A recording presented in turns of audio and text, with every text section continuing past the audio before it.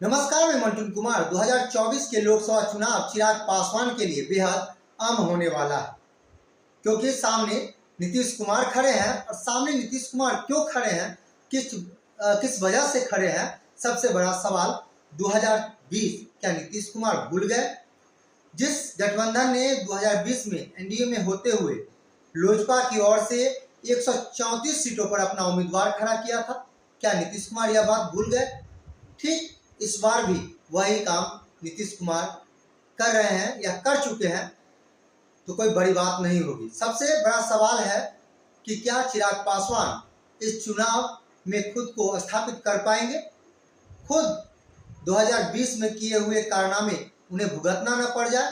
खैर, एनडीए की ओर से इनको कुल 5 सीटें दिया गया और उन 5 सीटों पर उम्मीदवारी की बात की जाए तो जदयू ने किसी न किसी रूप में खड़ा अपना कैंडिडेट कर ही लिया है, क्योंकि वही खेल 2020 में जो चिराग पासवान ने खेला था, ठीक यही खेल नीतीश कुमार करने जा रहे हैं। चलिए आपको लिए चलते हैं सबसे पहले समस्तीपुर, जहां लोजपा आर ने शांभवी को टिकट दिया। शांभवी चौधरी पहली बार चुनाव लड़ रही है और वह अशोक चौधरी जो जदयू के मंत्री हैं, उनकी बेटी और पूर्व आईपीएस और धार्मिक न्याय संघ के अध्यक्ष किशोर कुणाल सिंह की बहू। उसी सीट से जदयू के वरिष्ठ नेता और मंत्री महेश्वर हजारी के बेटे सनी हजारी को कांग्रेस ने टिकट दे दिया है। तो जदयू खेमे के नेता 2 हिस्सों में बट गए हैं। ऐसा माना जाता है कि सिर्फ जिला अध्यक्ष ही एनडीए का जो घटक है वो महागठबंधन का धर्म निभा रहा है। वोट के लिहाज से महेश्वर हजारी का पकड़ उनके ही विधानसभा क्षेत्र में अगर बात की जाए तो सबसे बड़ा कल्याणपुर, वारिसनगर, कुशेश्वर स्थान आता है, जहां इनकी अच्छी पकड़ है। स्थानीय होने का फायदा भी नहीं मिल सकता है। खैर, इस बात पर जल्द ही एक वीडियो आपके सामने रखने की कोशिश करेंगे, ये बताएंगे उस वीडियो के माध्यम से कि कैसे जो है महेश्वर हजारी का दबदबा, सनी हजारी का दबदबा इस संसदीय क्षेत्र में पड़ने वाला, और संसदीय क्षेत्र का नेतृत्व कौन करेगा यह डिसाइड हो जाएगा। अब ये चलते हैं वैशाली। तभी पारस के साथ जाने वाली सांसद बीना देवी को टिकट दिया गया। पार्टी तोड़ने वालों में बीना देवी का नाम सबसे पहले आता था, लेकिन टिकट दूसरे नेताओं के बदले बीना देवी को उम्मीदवार बना दिया गया। और चिराग पासवान ने पहले पार्टी के संसदीय बोर्ड की बैठक की। उस बोर्ड के बैठक में निर्णय लिया गया और उन्होंने स्पष्ट कहा था कि जिन्होंने धोखा दिया है मैं उन्हें टिकट नहीं दूंगा। लेकिन इसके विपरीत चिराग पासवान ने बीना देवी को टिकट दे दिया। उन बातों की सफाई देते हुए उन्होंने कहा कि बीना देवी ने ईमानदारी पूर्वक पश्चाताप किया, यहाँ से पार्टी के लिए काम कर रहे हैं, लगातार कर रहे हैं। प्रदेश संगठन के मंत्री रविंदर सिंह ने इसको लेकर इस्तीफा दे दिया। वह वैशाली से लोकसभा के लिए टिकट चाह रहे थे, लेकिन पार्टी बीना देवी के आने से बीना देवी को टिकट दे दिया, जिस वजह से वो पार्टी से इस्तीफा दे दिए। ऐसे में निराशा वैशाली से लगे कोई बड़ी बात नहीं होगी, और आसानी से निराशा लगना भी तय माना जाता है, क्योंकि कार्यकर्ता इसे अब दूरी बना लिया है। वही अरुण सिंह टिकट नहीं मिलने पर वो भी लोजपा छोड़ चुके हैं। तो कहीं ना कहीं वैशाली में जो मुन्ना शुक्ला को जो समर्थन मिल रहा है, ये दोनों उनको समर्थन कर रहे हैं। अगर जानकारी की माने तो मुन्ना शुक्ला और सूरजभान की दोस्ती किसी से छुपी हुई नहीं, ऐसा माना जाता है। वो लगातार दोनों एक दूसरे के हम सफर रहे हैं और काम भी कर रहे हैं।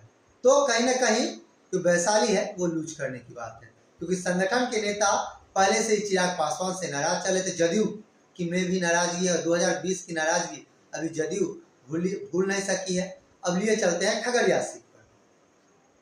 खगड़िया सीट भी चुनौती भरा है और महाचुनौती वहां नजर आ रहा है, क्योंकि वहां दोहरा रवैया जो है चिराग पासवान ने अपनाया। क्योंकि दूसरी बात अगर की जाए तो महबूब अली कैसर ने जो है राजद ज्वाइन कर लिया। उसकी पकड़ क्षेत्र में काफी अच्छी है और यह महागठबंधन के लिए मुस्लिम वोट और मजबूत हो जाएगा महबूब अली कैसर के आने से। अब बात कर लेते हैं हाजीपुर सीट की, जहां से खुद चिराग पासवान चुनाव लड़ रहे हैं। चाचा पारस इस सीट पर लगातार दावा कर रहे थे, इस सीट पर अपनी दावेदारी ठोक रहे थे उन्होंने यहाँ तक कह दिया कि चाहे जो कुछ भी हो जाए हम चुनाव तो लड़ेंगे ही लड़ेंगे।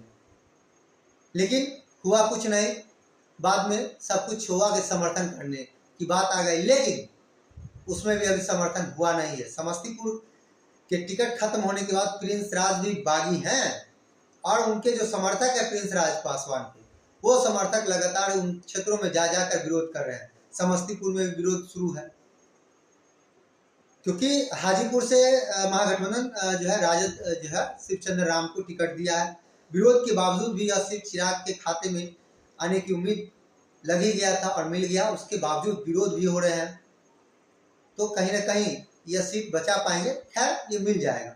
चलते हैं जमुई। चिराग पासवान वहां के सांसद थे। जमुई में चिराग पासवान ने सबसे पहले परिवारवाद के लपेटे में वो खुद आ गए, क्योंकि उन्होंने अरुण भारती जो उनके बहनोई हैं उनको टिकट उम्मीदवार बनाया और वहां चुनाव भी हो गए। अर्चना राविदास जो कि वहां मुकेश यादव की पत्नी है, वहां एक कद्दावर नेता के रूप में वो जानी जाती है और महिला होने का जो है उन्हें भरपूर सहयोग मिला और लोग उन्हें वहां समर्थन भी कर रहे हैं। तो कहीं ना कहीं, और जो सी वोटर है, सी वोटर के जरिए अगर देखा जाए, एग्जिट पोल ने यह नतीजा बतला दिया कि चिराग पासवान यह सीट जो है लूज कर रहा है क्योंकि हार रहे हैं। अर्चना रविदास अरुण भारती को टक्कर दे रहे हैं, जो एग्जिट पोल बता रहे हैं, और यह सीट महागठबंधन के खाते में जा रहा है। तो कहीं ना कहीं जो चिराग पासवान का जो एजेंडा था, चिराग पासवान अब इस चुनाव में कैसे साबित कर पाएंगे, यह देखने वाली बात होगी। तो ऐसे में सीधे तौर पर यह सवाल हो रहा है, क्या चिराग के पार्टी के अंदर ही भीतरघाट हो गया या हो गया पूरा? यह हो भी रहा है क्योंकि 2020 में जिस तरह से नीतीश कुमार के साथ एनडीए घटक दल में होते हुए भी चिराग पासवान ने खेला करना शुरू कर दिया था। 134 सीटों पर चिराग पासवान ने अपनी उम्मीदवार को मैदान में उतारा था। क्या ठीक उसी प्रकार नीतीश कुमार भी अपना जाल बिछा चुके हैं और उस जाल में कुछ चिड़िया को वो फंसा भी लिए हैं? चिराग पासवान की राजनीतिक कैरियर खतरे में पड़ जाए इस नीति की वजह से तो कोई बड़ी बात नहीं हो, क्योंकि आने वाला वक्त 2025 विधानसभा का चुनाव है।